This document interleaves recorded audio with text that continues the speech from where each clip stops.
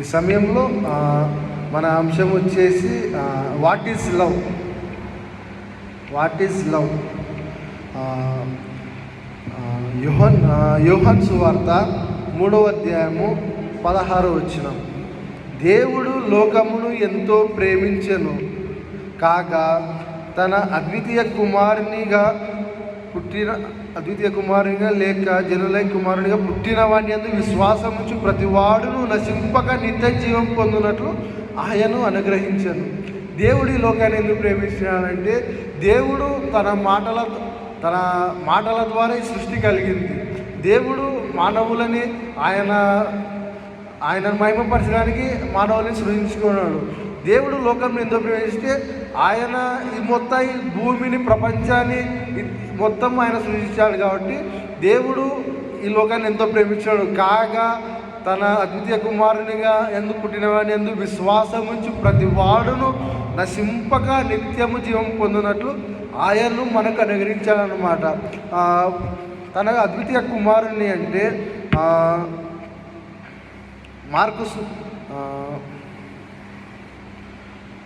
Mark సువార్త 10వ అధ్యాయము 44వ వచనంలో చూసుకున్నట్లయితే, అనేకులకు కింద వచనము, అనేకులకు ప్రతిగా విమోచన క్షయధనముగా తన ప్రాణం ఇచ్చుటకు వచ్చెను.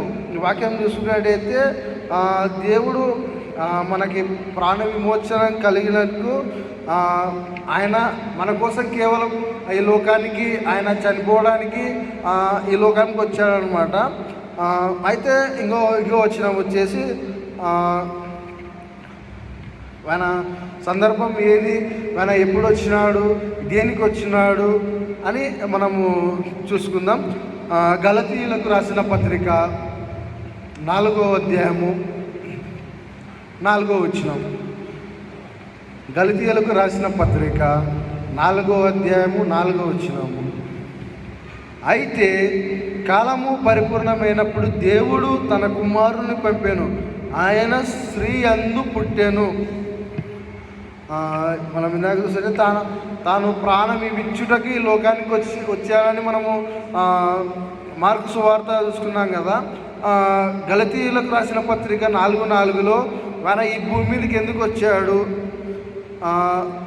వచ్చాడు, ఏ సందర్భము అని మనం చూసుకున్నట్టయితే, అయితే కాలము పరిపూర్ణమైనప్పుడు దేవుడు తన కుమారుని పంపెను. కాలం పరిపూర్ణమైనప్పుడు అంటే ఈ లోకంలో పాపం అనేది ఎక్కువైపోతుంది. దేవుడు తన ప్రజల్ని ఆయనని మహిమపరచడానికి సృష్టించుకోవాలనుకుంటే నరులు ఏం చేస్తున్నారంటే, దేవుడు ఇష్టం లేని కార్యాలు చేసుకుంటూ దేవునికి వ్యతిరేకంగా జీవిస్తున్నారన్నమాట. అందుకు దేవుడు కాలం పరిపూర్ణమైనప్పుడు తన కుమారుని పంపారన్నమాట. ఈ లోకంలో పాపం అనేది ఎక్కువైపోయింది. అసలు దేవుణ్ణి కూడా దూషించే కాలము వచ్చింది కాబట్టి దేవుడు తన కుమారుని పంపాడనమాట. అయితే అట్లాగే మత్తయి సువార్త 1:21లో చూసుకున్నట్టయితే, తన ప్రజలను వారి పాపముల నుండి ఆయనే రక్షించును గనుక యేసు అని పేరు పెట్టుదు అనేను. మత్తయి సువార్త 1:21లో మరియకి ఒక దూత ప్రత్యక్షమై తన ప్రజల పాపం నుండి ఆయనే రక్షించును గనుక ఆయనకి యేసు పేరు పెట్టుదు అని యెహోవా దూత మరియమ్మకి సెలవిచ్చిందనమాట. అలాగే వచ్చేసి రోమీలకు రాసిన పత్రిక 5:8. రోమీలకు రాసిన పత్రిక 5:8.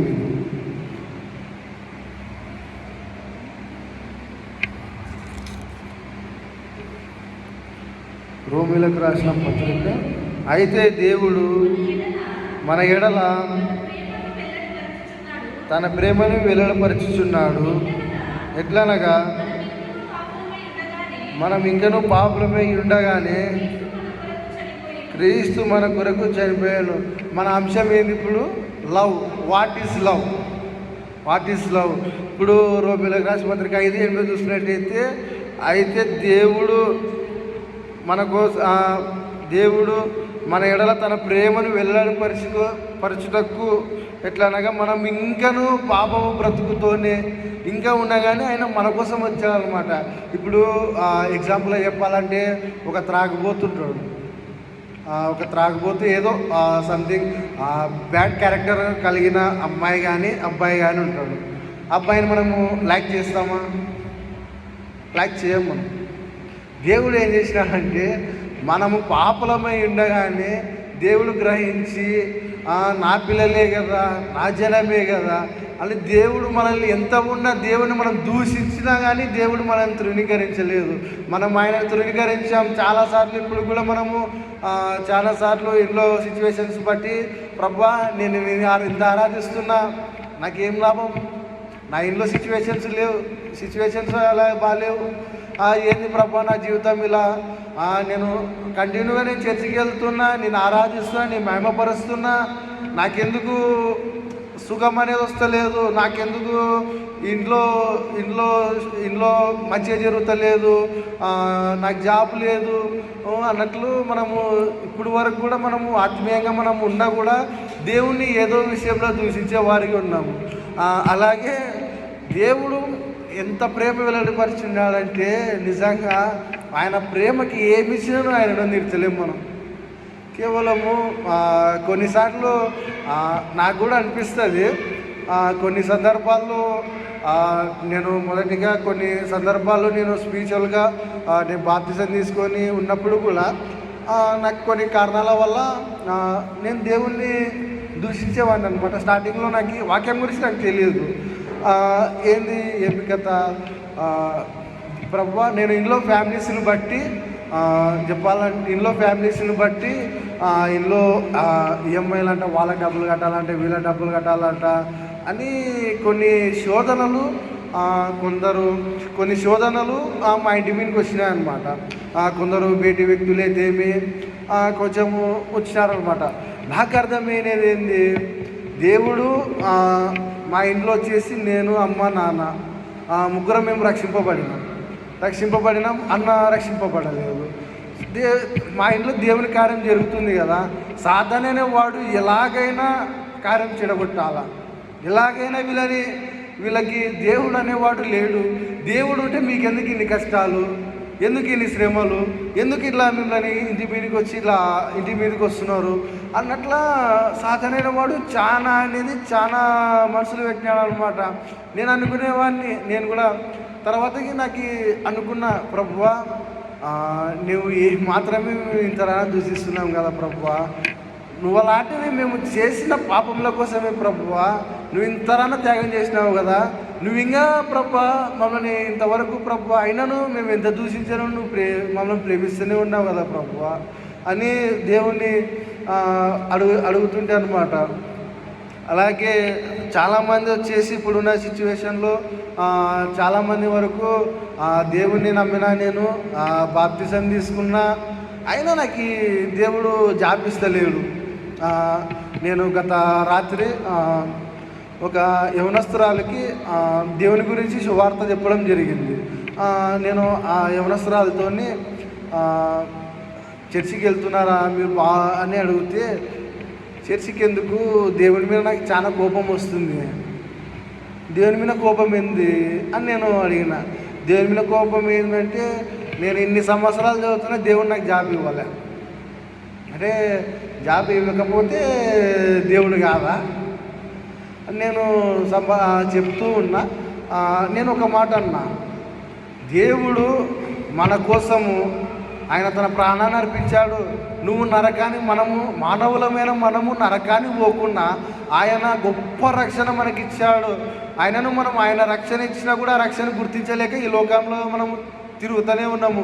అయినా దేవుడు అనుదినము మనల్ని ఆయన సజీవ లెక్కలో తన రెక్కల చాటున మనల్ని భద్రపరుచున్నాడు కదా, దీనికి ఏమంటారు మీరు అని నేను సంబంధించినాను. అంటే సమాధానం లేదు.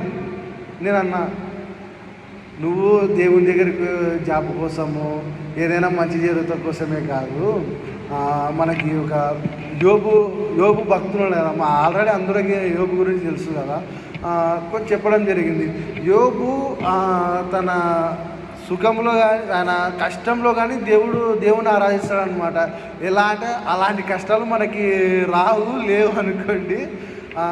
అలాంటి సమయంలో కూడా యోబు అంత దేవుడిని దూషించలేదు. తన భార్య కూడా నువ్వు దేవుని స్తుతించడం కంటే నువ్వు మరణం కానీ తన భార్య కూడా దూషించినా కూడా యోబు తన విశ్వాసాన్ని కోల్పోకుండా దేవుడు యెహోవా ఇచ్చిన యెహోవా తీసుకుపోయినట్ల ఆయన నామంకే స్తుతి కలిగినట్లు యోబు ఆయన స్తుతించారనమాట.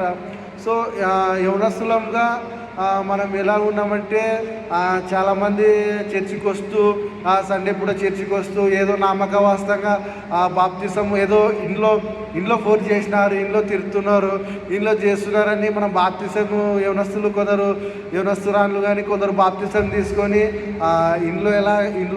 ఇంట్లో చెప్పారని కేవలం రక్షణ అనేది వాళ్ళకి ఎవరికి తెలియదు. రక్షణ అనేది ఏదో వాళ్ళకి గ్రహింపు అనేది లేదు. గ్రహింపు లేకుండానే ఏదో ఇంట్లో చెప్పినారు, పెళ్ళికి తీసుకున్నాలని ఇట్లా చాలామంది రక్షణ తెలియకుండా దేవుని దగ్గరకు వస్తున్నారనమాట. అలాగే అట్లా వచ్చినా కూడా దేవుడు వారికి ఏదో విధంగా వెల్లడిపరచాలని చూస్తున్నాడు. కానీ వీళ్ళకు ఆత్మీయంగా దేవుని నమ్ముతూనే వాళ్ళకి తెలిసేది దేవుని గురించి. ఏదో గుడ్డిగా దేవుని దగ్గర వచ్చినాము కాదన్నట్లా వాళ్ళు ఉన్నారనమాట. అలాగే ఇంకో వచ్చినాము చూసుకుందాము. రోమీలకు రాసిన పత్రిక 6:23. రోమీలకు రాసిన పత్రిక 6:23. ఏలి అనగా పాపం వలన వచ్చు జీతము మరణము, అయితే దేవుని కృపావరము మన ప్రభువైన క్రీస్తు యేసునందు నిత్య జీవము. పాపమునకు మనం అనుకుంటాం కదా, దేవుడు లోకంని ఎంతో ప్రేమించను గాక తన ద్వితీయ కుమారుని ఈ భూమి మీదకి ఎందుకు పంపించాడంటే ఇప్పుడు చూసుకుంటున్నాం కదా, ఏలైనా పాపమునకు వచ్చు జీతం మరణం. మనము ఒకవేళ ఆదాము మనకు వచ్చేసి మనం మళ్ళా ఆదాము సంతానము. ఆదాము ఏం చేసినాడు, దేవుడు తినొద్దన్న పండుని తిన్నాడు, తిని పాపానికి దాసులయ్యాడు. అలాగే ఆదాము సంతానంలో మనము అందరం ఉన్నాం కాబట్టి ఇప్పుడు మన ఫ్యామిలీ ఏదైనా మన పెద్దవాళ్ళు తప్పు చేసింటే మీ వాళ్ళంతా తప్పు చేసినారు, మీ తాత మీ నాన్న మీ ముత్తాత అని మనం వాళ్ళ సంపాదిస్తాం కదా. అలాగే మన పితరులు ఆదాము కూడా పాపం చేసినాడు.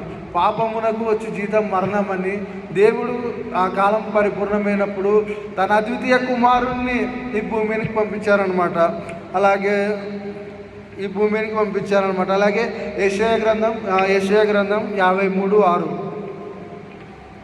మన ప్రవక్తలలో మనం ఎలా ఉన్నామో ఇక్కడ చూసుకుందాము. యెషయా గ్రంథం 53:6. మనమందరము గొర్రెల వలె త్రోవ తప్పుతేమి, మనలో ప్రతి వాడును తనకిష్టమైన త్రోవకు తొలగెను, యెహోవా మన అందరి దోషము అతని మీద మోపెను.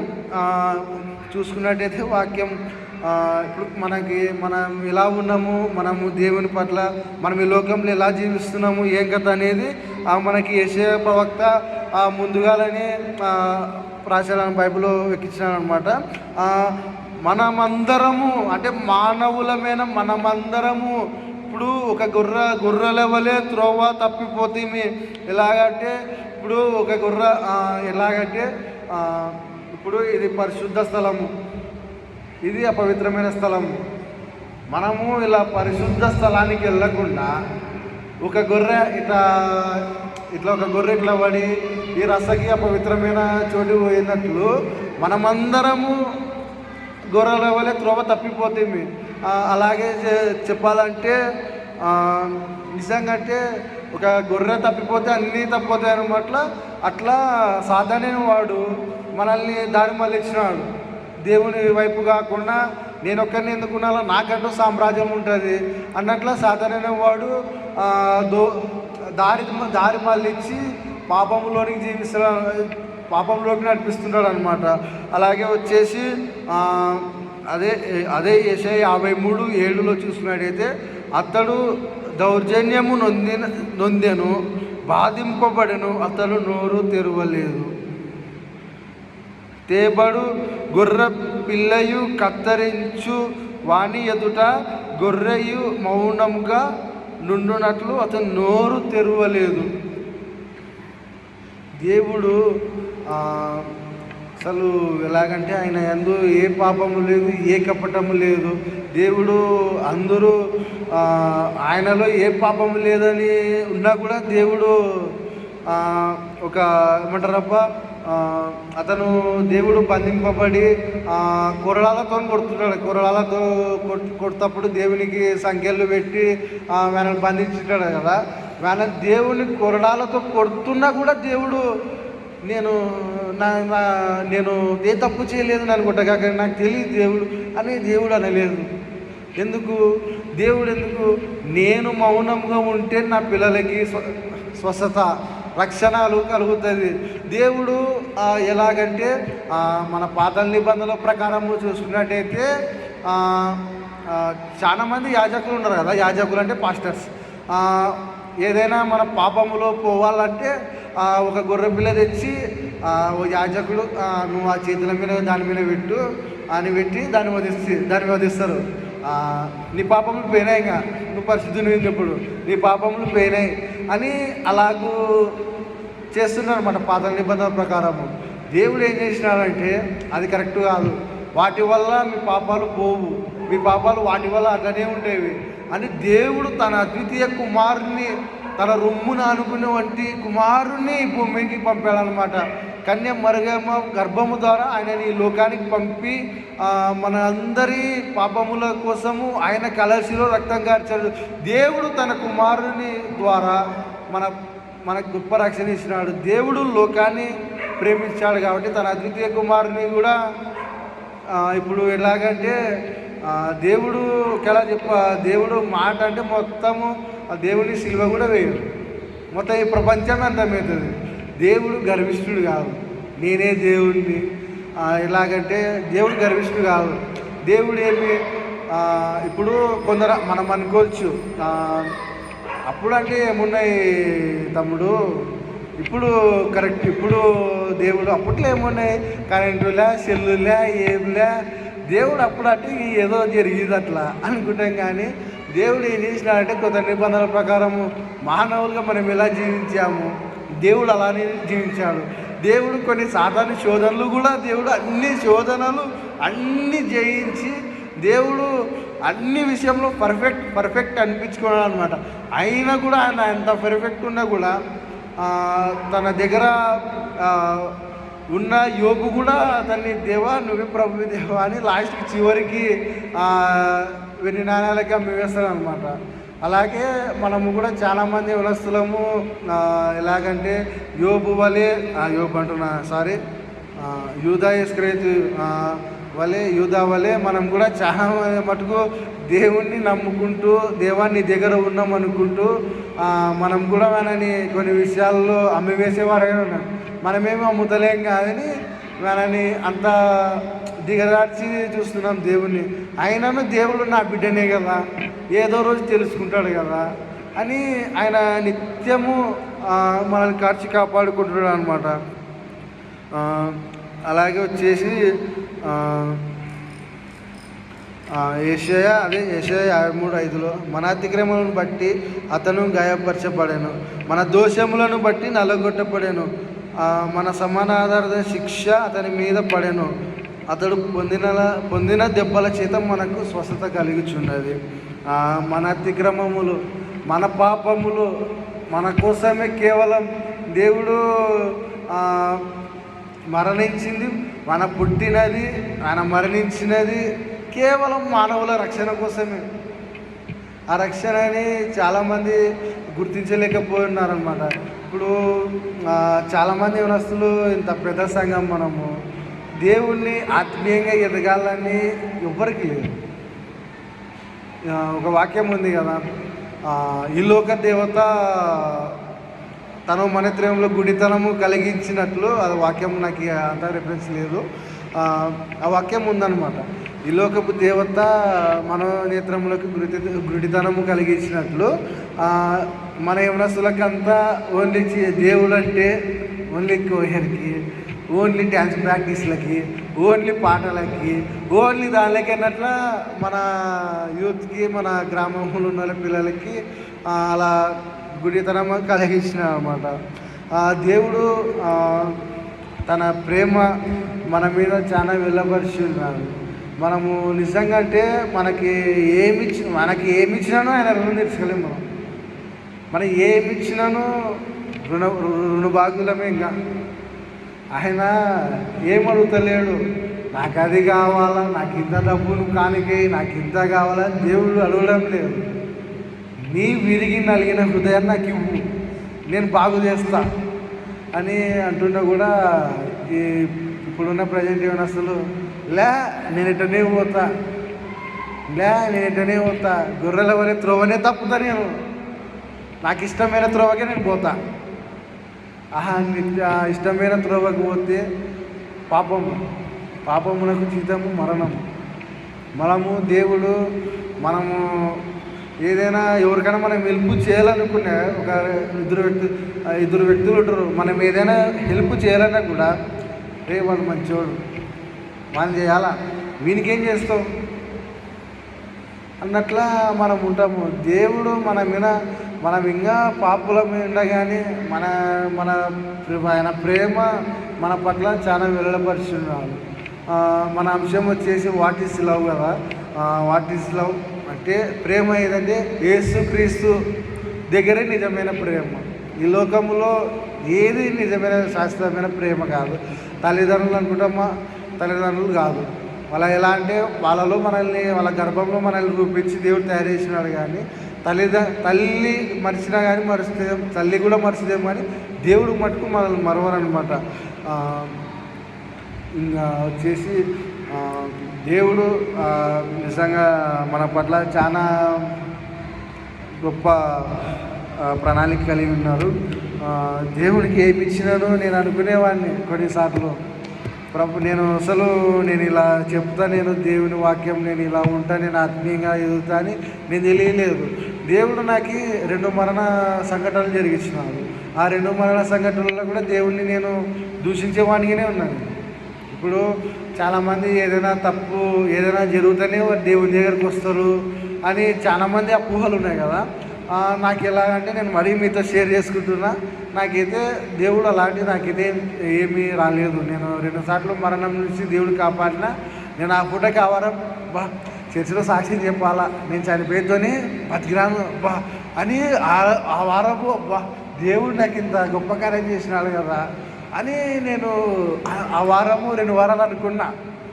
తర్వాతకి యథావిధిగా చర్చికేం పోతాం, చివరసకి పోయి బందాము అట్లా దేవుణ్ణి కూడా నేను దూషించినాను. అయినాను కూడా దేవుడిని కార్చి కాపాడినాడు ఆయన రెక్కల చాటున. అలాగే నేను ఒకరోజు నా ఆత్మీయతకి ఎలాగంటే ఇంట్లో ఒంటరిగా నేను ఉన్నా. ఇంట్లో ఒంటరిగా ఉన్నప్పుడు నేను సాంగ్స్ వినుకుంటూ కొన్ని శోధనలు, లోక ప్రేమలు కానీ ఏం కథ అని నాకు అంత మైండ్ చాలా డిస్టర్బ్గా ఉండాక సరేలే బాగా సైలెంట్గా నాకు నా బ్రతుకు మీద ఎలాగంటే నేను తాగుతుంటే తిరుగుతుంటే నా బ్రతుకు మీదనే అనిపిస్తున్నాయి. నాకు ఇంట్లో కక్కిన సందర్భాలు కూడా ఉన్నాయి. ఇంట్లో మా అమ్మ నాన్న వాళ్ళు చెప్పుకోలేకునే అని మనుషులు చాలా బాధపడుతున్నాడు. నేను చాలా చూసిన ఈ లోకంలో చాలా చూసి ఏంది నా లైఫ్, నేను ఎందుకు ఇంత బ్రతుకున్నా ఈ భూమి మీద, ఎందుకు నేను ఇంత బ్రతుకున్నా అంటే నేను బాగా ఆలోచించింటే దేవుడు తన సేవకి నన్ను వాడుకోవడానికే నన్ను బ్రతికించినాను అనమాట. ఎలాగంటే నేను ట్రాక్టర్ మీద పోయేటప్పుడు నేను ఆ సంఘటన గుర్తు తెచ్చుకొని నేను మన స్టేజ్ మీద ట్రాక్టర్ డ్రైవింగ్ ఎక్కినప్పుడు ప్రభువా నా రాకపోకలేదు, మీరే ఖర్చు కాపాడు ప్రభువా అని దేవుని ప్రార్థించినాక ఒక వాగు అనేది దినదేరుపాడ దగ్గర ఒక వాగు అని వస్తుంది. ఆ వాగు దగ్గర ఏం జరిగిందంటే ట్రాక్టర్ పడిపోయింది. మొత్తం మూలకంపలు, మన వాగు ఎలా ఉండో తెలుసు కదా, మొత్తం మూలకంపలు. ఆ మూలకంపలలో నేను మా ఫ్రెండ్స్ ఎన్నికలు ఉన్నారు, నెల దుంకినారు, రే కన్నా నువ్వు కూడా దుంకురా అన్నారు. నేనేం చేసిన నేను ఇంకా చనిపోయినానులే, నాకు అట్లనే పడిపోయినా. లేచి చూస్తే నా మొక్కల మీద ట్రాక్టర్ గానుంది, మధ్యలో గాను. 6 టైర్లు పైకి లేచిన నా మీద ట్రాక్టర్ పడింది. ఇంకేం చేసినాను, లేచి చూస్తే మొత్తము చీకటి ఏందబ్బా అనుకున్నా. సరే ఇంకా లేచినాను. ఇంత గాయం కూడా నాకు కాలేదు. ముళ్ళులు ఉంటాయి కదా, గింతనన్నా రాసుకున్నాను. అసలు ఇంత కూడా ముళ్ళు అనేది గీసుకలేదు. నేను ఆ పూటకి కొందరు అన్నారు, రే మీ నాన్న ప్రార్థన గారు మేము కాపాడినది అని అనుకున్నా. నేను మనసులో ప్రార్థించుకున్నా. ఒకవేళ నేను ప్రార్థించుకుంటే నేను ఏమైపోయావన్నా. ఒకవేళ నేను ప్రార్థించడానికి దేవుడు నన్ను కాచి కాపాడినాడు. లేదంటే నేను ఎక్కడికి వెళ్ళాలా అని నేను ఒంటరిగా ఇంట్లో కూర్చున్నప్పుడు నేను ఆలోచన అనేవాడిని, ఏంది నా లైఫ్. దేవుడు నన్నైతే ఆ సంఘటన నుంచి ఆ ప్లేస్లో ఎవరున్నా చనిపోయేవాళ్ళు, నన్ను కాచి కాపాడినాడు దేవుడు అని అనుకొని నాకు అనిపించింది, ఈ లోకము వ్యర్థము. ఈ లోక ప్రేమలు నేను అన్నీ చూసిన, ఈ లోక ప్రేమలు అన్నీ వ్యర్థమైనవి అనమాట. నేను అనిపించింది, ప్రభువా నేను ఇంతరానా నేను చాలాసార్లు నేను తాగి కూడా చర్చికి వచ్చినామని నేను ఎందుకు అయినను నన్ను దేవుడు క్షమిస్తూనే ఉన్నాడు. నాకు అనిపించింది, ప్రభువా నీ ప్రేమనే గొప్ప నిజమైనది. ఇప్పుడు ఈ లోకంలో ఏది ప్రేమ నిజం లేదు ప్రభువా. నేను దేవుని గ్రహించుకున్నా దేవా నేను బ్రతికినంత కాలము నీ సేవ నిమిత్తమే ప్రభువా. నాకు ఈ లోకంలో జాబ్ వద్దు, నాకు ఏది వద్దు ప్రభువా, నీ సేవ కానీ నాకు చాలు అని నేను అనుకునే. చాలామంది ఎలాగంటే ఇంట్లో నీ కొడుకు ఏం చదువుతున్నారు అని అంటుంటే మా అమ్మ వాళ్ళు ఇప్పుడు ధైర్యంగా చెప్తారు, వాళ్ళు నా కొడుకు జాబ్ చేసినావు, నా కొడుకు జాబ్ చేస్తావు లేదా అవుట్ ఆఫ్ క్వశ్చన్. నా కొడుకు దేవుని పనిలో వాడబడుతున్నాడు, నా కొడుకు జాబ్ చేసిన అవసరం లేదు, దేవుని పని చేస్తే చాలు. మా అమ్మ నాన్న వాళ్ళు కూడా చాలామంది నేను అనేవాడిని, అమ్మ మనకి జాబ్ లేగానే మనం కలగానే అన్నప్పుడు నేను రక్షణ పొందక ముందు నుంచి అంటుంటే మా అమ్మ అనేది, నువ్వు చదవాల్సిన జాబ్ నాకు అవసరం లేదు నాన్న, నువ్వు దేని పని చేస్తే చాలు అనేది మనం చూసుకుంటాడు అని అన్నారనమాట. నా లైఫ్ ఇది అనమాట. అలాగే నిజమైన ప్రేమ యేసుక్రీస్తు దగ్గరనే ఉందన్నమాట. దేవుడు తన చిన్ని వాక్యం దీవించును గాక.